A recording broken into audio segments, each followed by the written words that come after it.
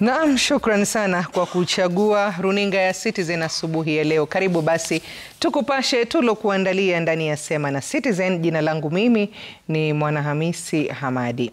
Na tunaanza na taarifa kwamba wakazi wa kisiwa cha Pate katika eneo bunge la Lamu Mashariki katika kaunti ya Lamu hulazimika kusafiri kwa zaidi ya saa 6 kwa boti ili kutafuta huduma za vitambulisho, huduma za watoto, huduma za mahakama miongoni mwa nyingine za serikali katika kisiwa cha Amu, Lamu Magharibi. Hii ni kutokana na kukosekana kwa huduma hizo katika eneo bunge hilo. Kisiwa cha Pate ni eneo lenye ugumu wa usafiri na hasa bahari inapochafuka. Safari ni za saa nyingi mbali na gharama kubwa za usafiri. Hali hii imechangia afisi nyingi za serikali kuu kukosekana hapa.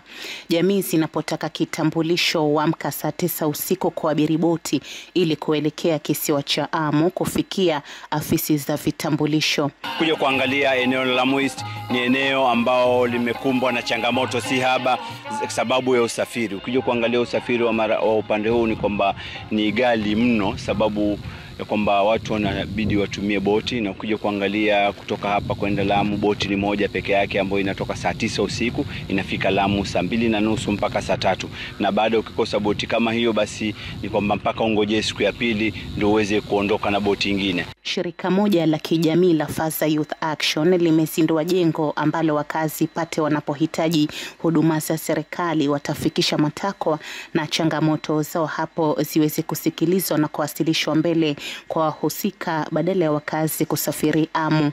Haya ndio mambo ambayo mimi nilikuwa nikiyapenda, na hivi sasa nimefurahishwa sana na ndugu zetu hawa. Hivi sasa nataka niwaahidi ndugu zangu hawa, baada ya wiki moja ama wiki mbili kuna jobs opportunities nitawaletea hapo ofisini, mchukue vijana waende Arabuni. Mpaka sasa sisi kwa ile level ya education yetu ni ngumu sana watu wa kwetu kufahamu haki zao. Kwa hivyo kufunguliwa kwa ofisi kama hii hapa, tutakuwa tumepata watu ambao wana uzoefu wa masuala ya kutetea haki za kibinadamu na kuomba yale maendeleo ambayo yanastahili. Wakazi wanapotafuta haki kisiwa cha Pate, mahabusu, maafisa wa polisi, walalamishi sawia na abiria uabiri boti moja ili kufika mahakama ya Lamu kisiwa cha Amu. Kupitia jengo hile kwa sasa kesi zitasikilizwa kupitia mtandaoni. Qadhi's Court ama Lamu Law Court imefaidika sana na Faza Youth, na sasa ofisi ambayo itafunguliwa hapa itatusailishia kazi zetu. Na hii ni ishara kwamba watoto wetu wanaweza kupanga jambo na wakalifanikisha, na muda umefika.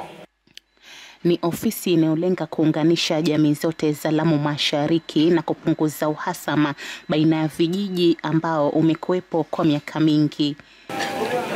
Kitu nataka kuambia, sisi kama Wabajuni silaha yetu ni umoja. Hakuna silaha iliyobakia isipokuwa ni umoja. Rahma Rashid, runinga Citizen, Lamu.